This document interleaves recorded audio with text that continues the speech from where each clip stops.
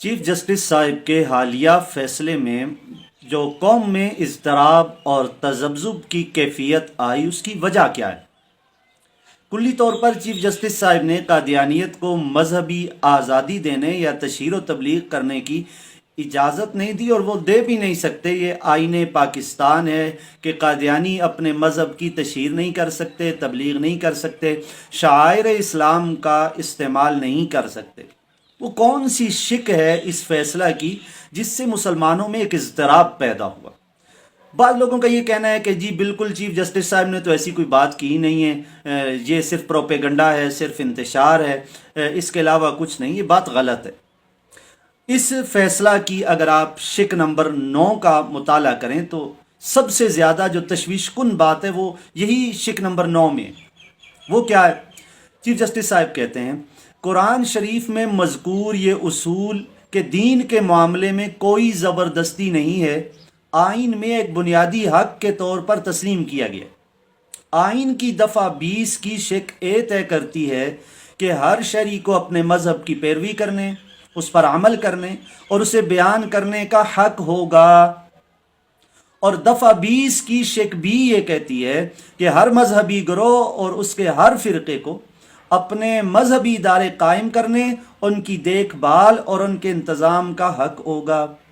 آئین کی دفعہ 22 یہ لازم اور مقرر کرتی ہے کہ کسی مذہبی گروہ یا فرقے کو کسی ایسے تعلیمی ادارے میں جس کا انتظام کلی طور پر اس گروہ یا فرقے کے پاس ہو، اس گروہ یا فرقے کے طلباء کو مذہبی تعلیم دینے سے نہیں روکا جائے گا۔ آئین میں درج ان بنیادی حقوق سے انحراف یا گریز نہیں کیا جا سکتا۔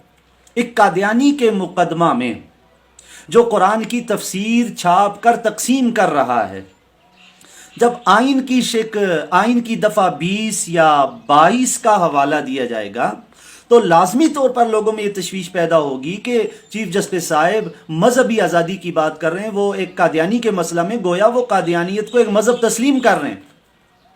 اس سے تشویش ہو رہی ہے، جبکہ قادیانیت کوئی مذہب نہیں ہے، قادیانیت ایک فتنہ ہے، شرارت ہے، ایک جیل سازی ہے۔ جیل سازی کو مذہب نہیں کہا جا سکتا، اور ہمارا آئین بھی یہی کہتا ہے کہ آئین کی جو شق 20 اے طے کرتی ہے مذہبی آزادی کی بات، وہ مذہبی آزادی قادیانیوں کا حاصل نہیں، اس لیے کہ قادیانی کوئی مذہب نہیں ہے، قادیانیت مذہب ہے ہی نہیں ہے، وہ ایک شرارت ہے، دھوکہ بازی ہے، فراڈ ہے۔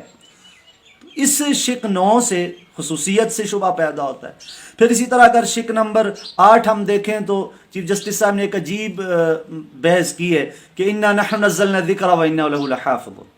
قرآن اللہ کہتے ہیں محافظ ہمیں، لہٰذا کوئی اس میں تغیر تبدیلی کر نہیں سکتا۔ تو یہ کہنا کسی نے قرآن کی تعریف شدہ تفسیر چھاپی ہے درست نے، تو اللہ نے کیا یہ کہا ہم محافظ ہیں تو باقی ہم خاموش ہو کر بیٹھ جائیں گے؟ ہم قرآن کی حفاظت کے لیے کوئی قوانین نہیں بنائیں، کوشش نہیں کریں گے؟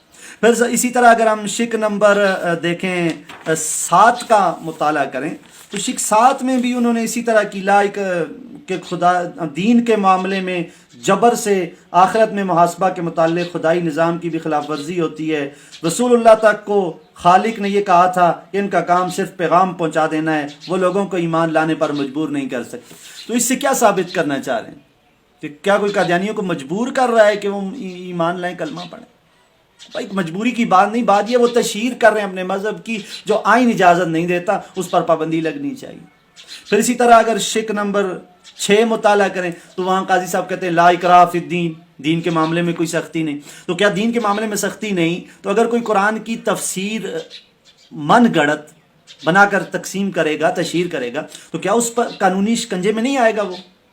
تو ان شکوں سے ایک شبہ پیدا ہو رہا ہے، تذبذب پیدا ہو رہا ہے، تشویش پیدا ہو رہی ہے، قوم میں اضطراب ہو رہا ہے کہ یہ ایک واضح فیصلہ اور واضح مقدمہ، اس میں اس طرح کی شکیں لانا اور بے جا قسم کی وکالت کرنا، اس سے کیا ثابت کر رہے ہیں وقت کے قاضی صاحب؟ جو لوگ یہ کہہ رہے ہیں کچھ بھی نہیں ہے مقدمہ میں، وہ شق 6 پڑھیں، 7 پڑھیں، شق 8 پڑھیں، شق 9 کا مطالعہ کریں، خصوصیت سے شق نمبر 9 کا مطالعہ کریں کہ قادیانیت کے مقدمے میں مذہبی آزادی کی بات کرنے سے آخر ثابت کیا ہو رہا ہے۔ یہ بات تو طے ہے کہ قادیانیت کو مذہبی آزادی نہیں دی گئی، لیکن مقدمے میں ایسی شکوں کا ہونا، اس سے بہرحال ایک تشویش پیدا ہوتی ہے۔ اس لیے ہماری گزارش ہے چیف جسٹس صاحب سے کہ وہ اس پر غور فکر کریں اور مقدمے میں ایسی ابحاث جو غیر ضروری ہیں انہیں ضرور حذف کر دیا جائے تاکہ وطن عزیز کے مسلمانوں کے جذبات کی قدردانی کی جا سکے۔